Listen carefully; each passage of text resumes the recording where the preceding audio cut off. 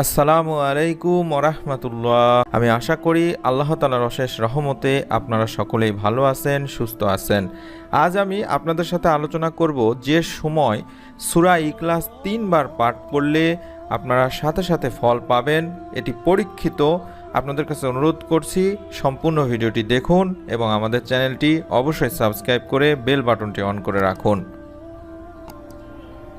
সূরা ইখলাস আল্লাহর একত্ববাদের অনন্য বৈশিষ্ট্য ও পরিচয় সমৃদ্ধ একটি সূরা।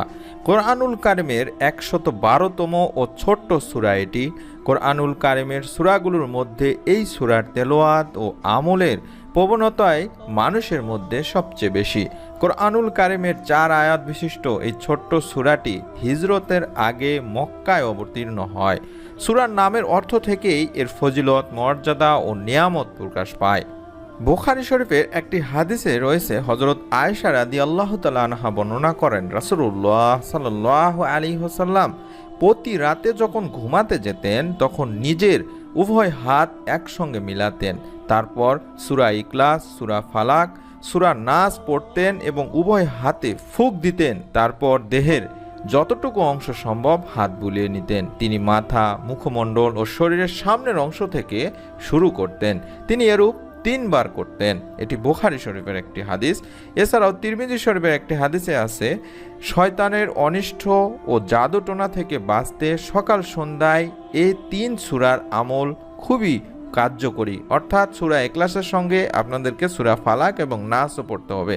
রাসূলুল্লাহ সাল্লাল্লাহু আলাইহি সাল্লাম বলেছেন, যে ব্যক্তি সকাল সন্ধ্যায় সূরা ইখলাস ও এই 2টি সূরা অর্থাৎ সূরা ফালাক ও সূরা নাস পড়বে, সে সব বিপদ আপদ থেকে নিরাপদ থাকবে।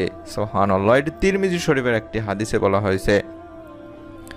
এছাড়াও ফজর আর মাগরিবের এই 2 ওয়াক্তের ফরজ নামাজের পর সূরা ইখলাস এবং তার সাথে সেই 2টি সূরা অর্থাৎ সূরা ফালাক ও সূরা নাস প্রতিটি 3 বার করে পড়া সুন্নত। অন্যান্য ফরজ সালাত আদায় করে একবার করে এই 3টি সূরা পড়ার কথা বলা হয়েছে। এটি আবু দাউদ শরীফে বলা হয়েছে। হযরত উকবা ইবনে আমের রাদিয়াল্লাহু তাআলা আনহু বর্ণনা করেন, রাসূলুল্লাহ সাল্লাল্লাহু আলাইহি ওয়াসাল্লাম বলেন, আমি তোমাদেরকে এমন 3টি সূরার কথা বলছি যা তাওরাত, ইনজিল, জবুর এবং কোরআনে অবতীর্ণ হয়েছে। রাতে তোমরা ততক্ষণ ঘুমাতে যেও না যতক্ষণ সূরা ইখলাস এবং তার সঙ্গে সূরা ফালাক ও নাস না পাঠ করো। হযরত উকবা রাদিয়াল্লাহু তাআলা আনহু বলেন, সেদিন থেকে আমি কখনো এই আমল পরিত্যাগ করিনি। এটি তাফসিরে ইবনে কাসিরের একটি হাদিস। এছাড়াও রাসূলুল্লাহ সাল্লাল্লাহু আলাইহি সাল্লাম বলেন, যে ব্যক্তি সকাল এবং সন্ধ্যায় সূরা ইখলাস, ফালাক ও নাস পাঠ করে তা তাকে বালা মুসিবত থেকে বাঁচিয়ে রাখার জন্য যথেষ্ট হয়। সুতরাং মুমিন মুসলমানের উচিত কোরআনুল কারিমের সর্বশেষ 3টি ছোট সূরার নিয়মিত আমল করা। সকাল এবং সন্ধ্যায় অর্থাৎ ফজর ও মাগরিবের পর 3 বার করে এই 3টি সূরা পড়তে হবে এবং অন্য 3 ওয়াক্তের নামাজে একবার করে নিয়মিত তেলাওয়াত করতে হবে। আর এর বিনিময়ে আল্লাহ তাআলা বান্দাকে যা দান করবেন সেটি আপনাদের কাছে তুলে ধরছি। 1, জান্নাত দান করবেন, সুবহানাল্লাহ। 2, আল্লাহ তাআলার ভালোবাসা ও সন্তুষ্টি দান করবেন। গুনাহ থেকে মুক্তি দিবেন। দারিদ্রতা যদি থাকে আপনার সংসারে বা আপনার পরিবারে, তাহলে আপনার সেই দারিদ্রতা থেকে আপনাকে মুক্তি দিবেন। বিভিন্ন ধরনের বালা মুসিবত থেকে আল্লাহ তাআলা আপনাকে হেফাজত করবেন। আপনাকে কেউ যদি জাদুটোনা করে থাকে তাহলে এই জাদুটোনা থেকে আল্লাহ তাআলা আপনাকে মুক্তি দিবেন। শয়তান আপনাকে আক্রমণ করতে পারবে না, শয়তানের আক্রমণ থেকে আল্লাহ তাআলা আপনাকে মুক্তি দিবেন এবং যাবতীয় আপনার উপরে অনিষ্টতা থেকে মুক্তি দিবেন।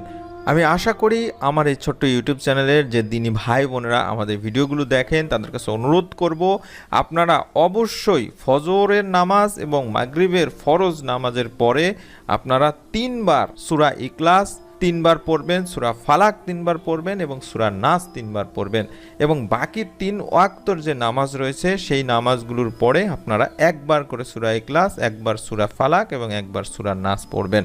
ইনশাআল্লাহ আল্লাহ তাআলা আপনাদেরকে চোখে পড়ার মতো একটি পরিবর্তন দেখায় দিবেন। আল্লাহ তাআলা মুসলিম উম্মাহকে নিয়মিত এই আমলটি সকাল সন্ধ্যায় পাঠ করার তৌফিক দান করুন। হাদিসের ঘোষিত ফজিলত এবং এর উপকারিতা পাওয়ার তৌফিক দান করুন, আমিন। যারা ছোট্ট ভিডিওটি দেখলেন তাদের কাছে অনুরোধ করব আপনারা সকলে এই আমলটি করুন। যারা জানে না তাদেরকে এই আমলটি করার জন্য ভিডিওটি শেয়ার করে দিন। ভিডিওটি ভালো লাগলে অবশ্যই একটি লাইক দিবেন এবং পরবর্তী ভিডিও আপনার মোবাইলে নোটিফিকেশন দিয়ে জানিয়ে দিবে যদি আপনি আমাদের চ্যানেলটি সাবস্ক্রাইব করেন এবং বেল বাটনটি অন করে রাখেন। আল্লাহ তাআলা আমাদের সকলকে নেক বুঝ দান করুন, সহি বুঝ দান করুন, আমিন। আসসালামু আলাইকুম ওয়া রাহমাতুল্লাহি ওয়া বারাকাতুহু।